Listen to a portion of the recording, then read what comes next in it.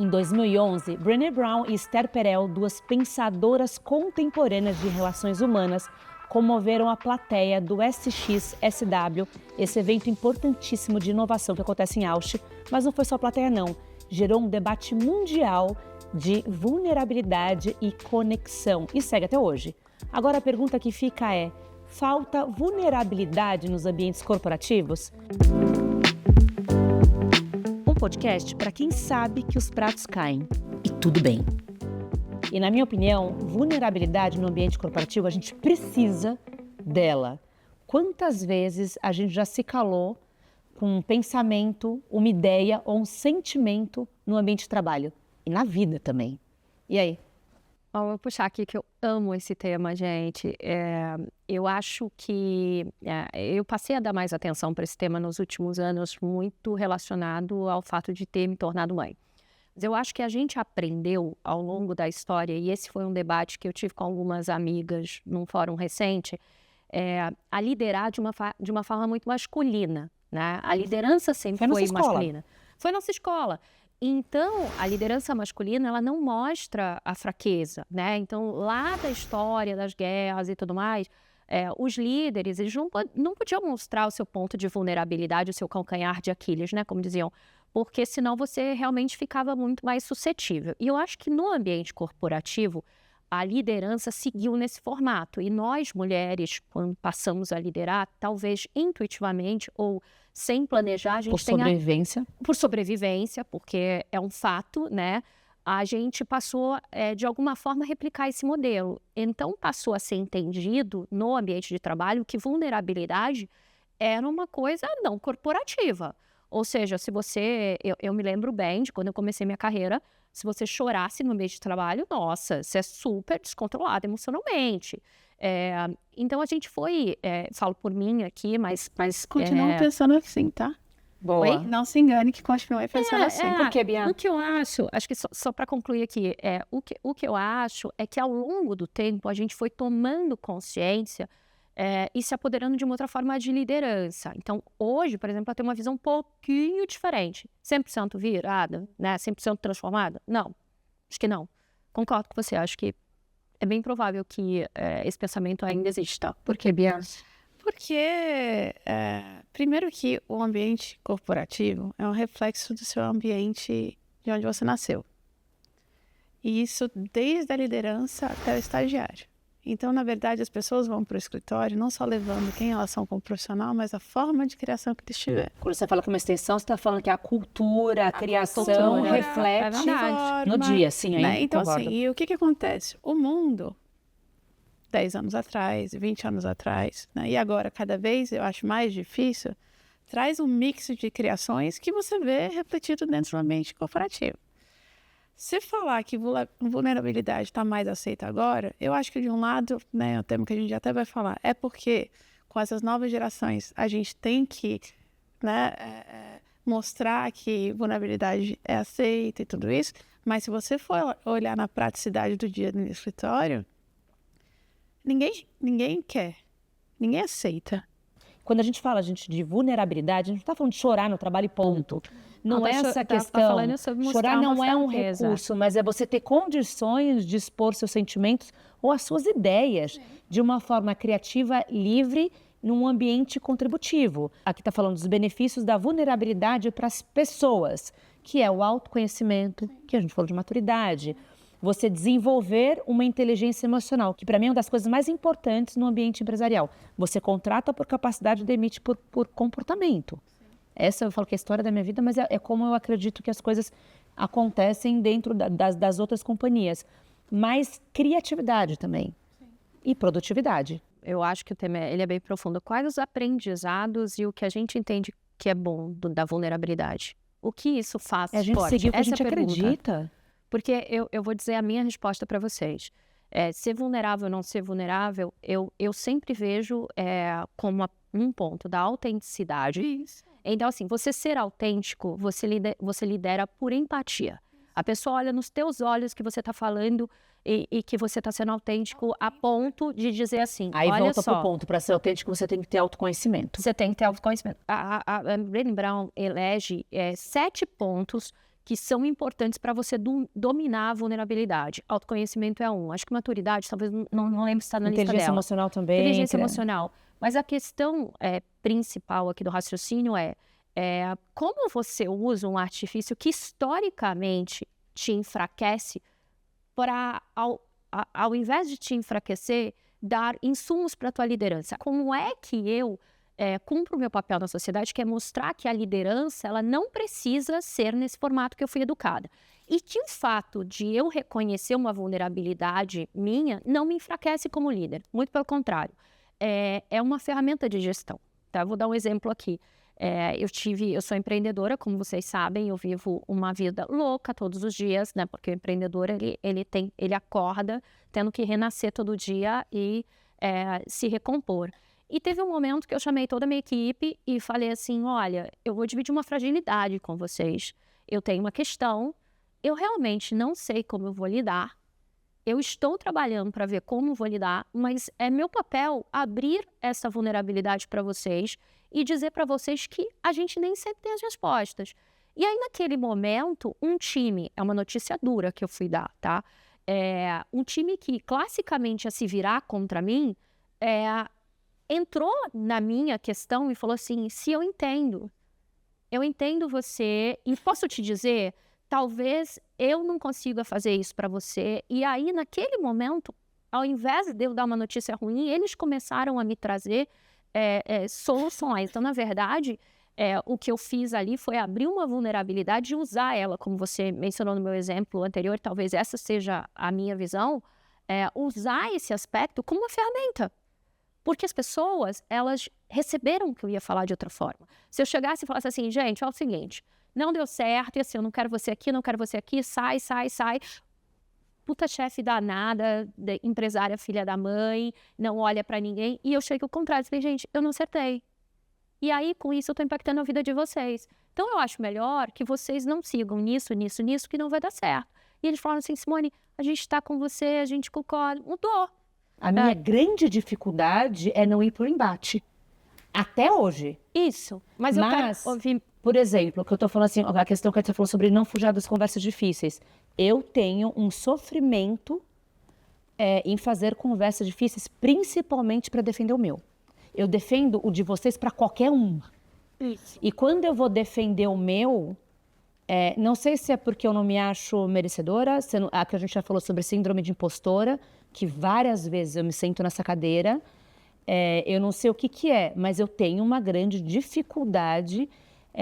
Eu batalho pela minha empresa, mas às vezes para batalhar por mim é difícil. Tem duas formas de ensinar. Tem uma forma, e vou falar porque eu exercitei isso semana passada.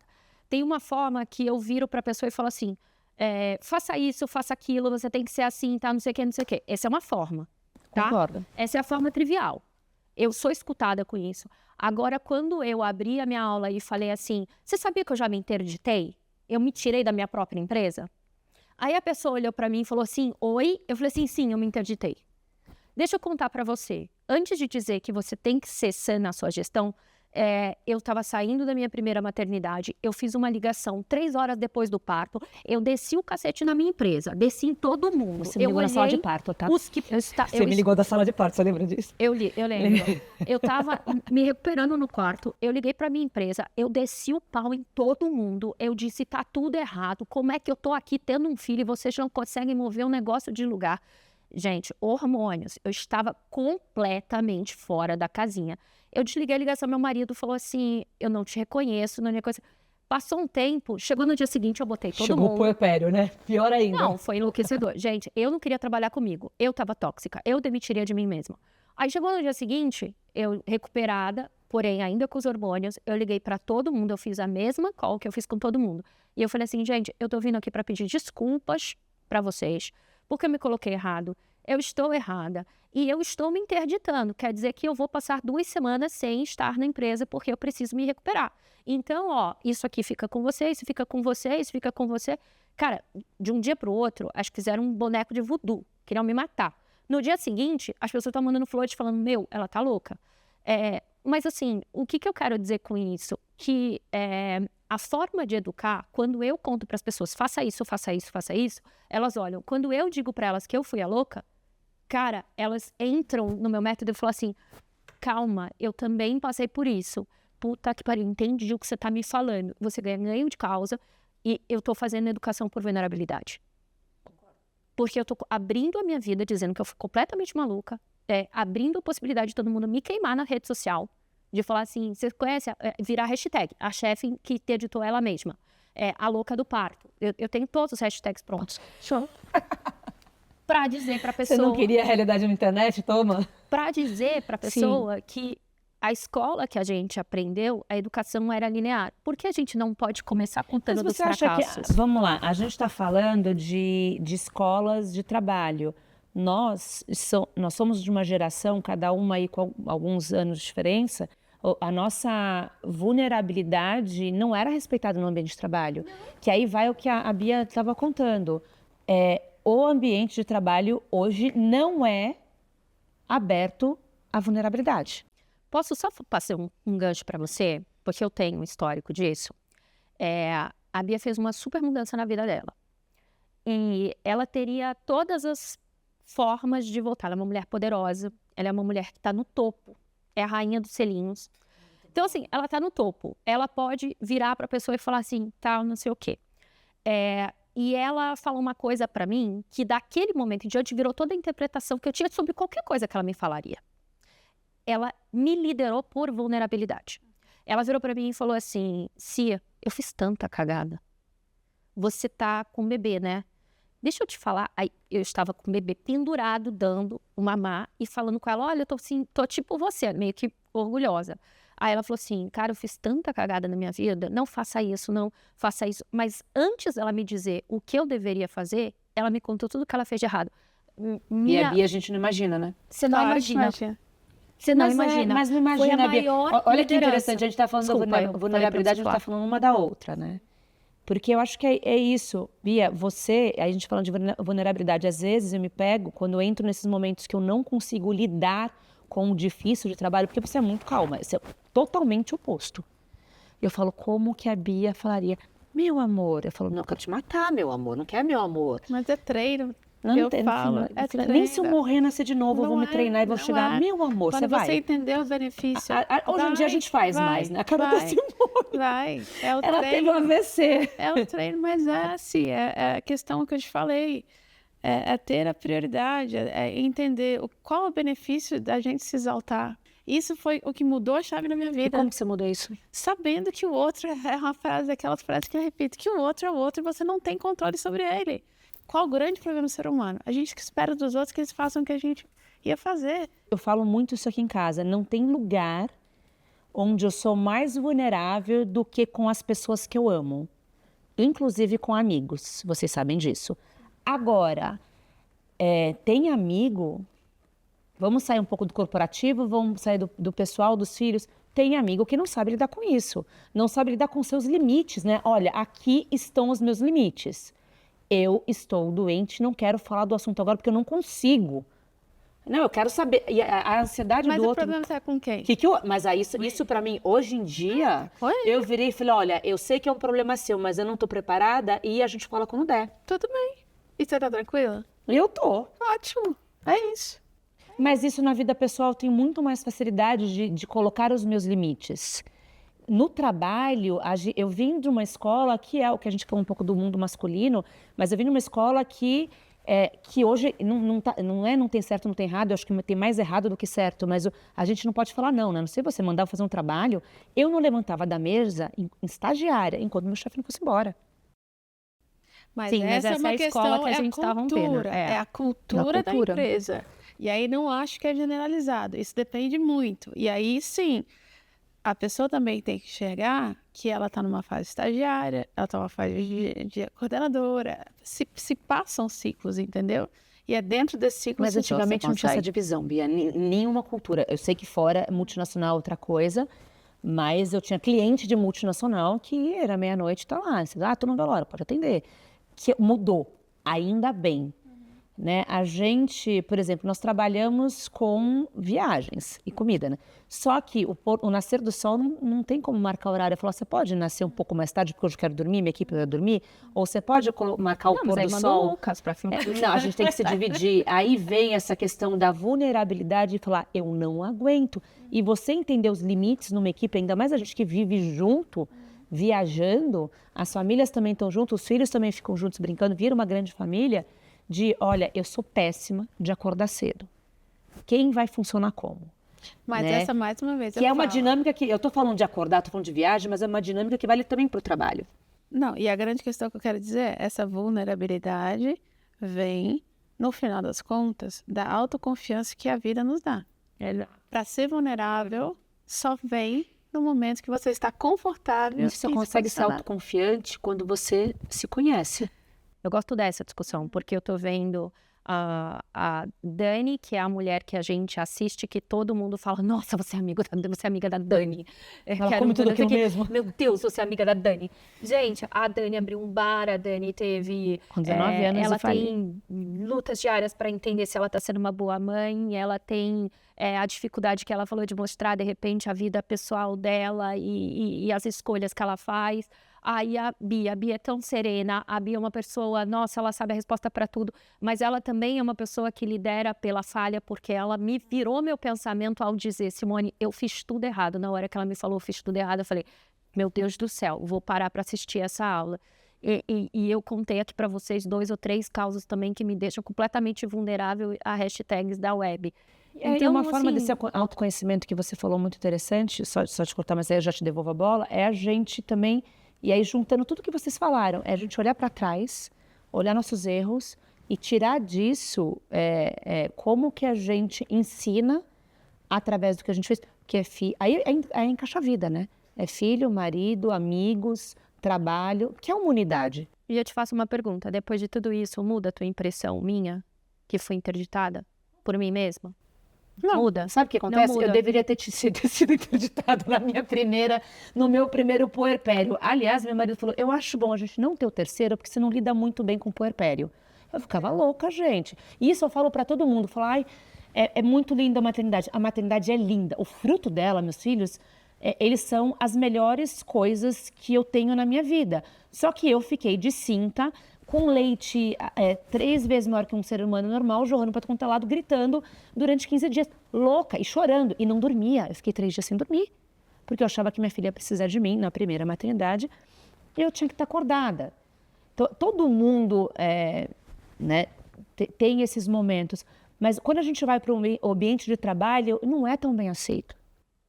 Mas esse é o nosso papel.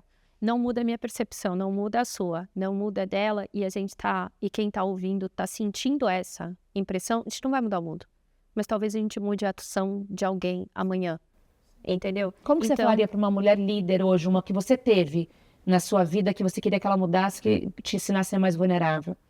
Eu vou citar um negócio que é muito importante, e vou dar o nome da pessoa. A pessoa é Daniela Junco, da Pichumami. Ela tem uma forma de negociar que todo mundo deveria aprender. Dani, depois me dá os créditos. Ela falou assim, quando eu quero ter uma conversa honesta com alguém, eu chego para a pessoa e falo assim, escuta, o meu calcanhar de Aquiles, se você falar para mim isso, eu começo a chorar, esse é o meu ponto fraco. Pronto, te entreguei. Se a pessoa pegar essa informação, negociação por vulnerabilidade, na hora que ela entrega essa informação, se a pessoa pegar aquilo, entendi, tá bom, vamos negociar, não confia. Se a pessoa pegar aquela informação e falar assim, entendi, é assim que eu te mato, deixa eu te contar como você me mataria. Se você pegar o meu cabelo, torcer e falar disso pra mim, isso aí pra mim é no deal. A partir daquele momento eu abri minha fragilidade, abriu a sua, we have a deal. Now a gente pode conversar. Por quê? Porque, cara, você tem algo contra mim, eu tenho algo contra você. Eu abri a nossa... Cara, o que a gente vai fazer aqui é pra construir junto. Ela falou isso e eu nunca esqueci. Muito bom. E você, Bia? Não, a grande questão é falar para a próxima líder, né? Como ser vulnerável. Porque eu acho que está inteiramente ligado com também a criação dessa pessoa. Se eu penso na minha líder, que era um show de horror, insegura, achava que eu ia roubar a cadeira dela, etc. O que eu poderia falar com ela? Se acalma, tá tudo bem, eu tô aqui para te ajudar. Eu não sei se isso melhoraria ela. Mas você não acha que a vida...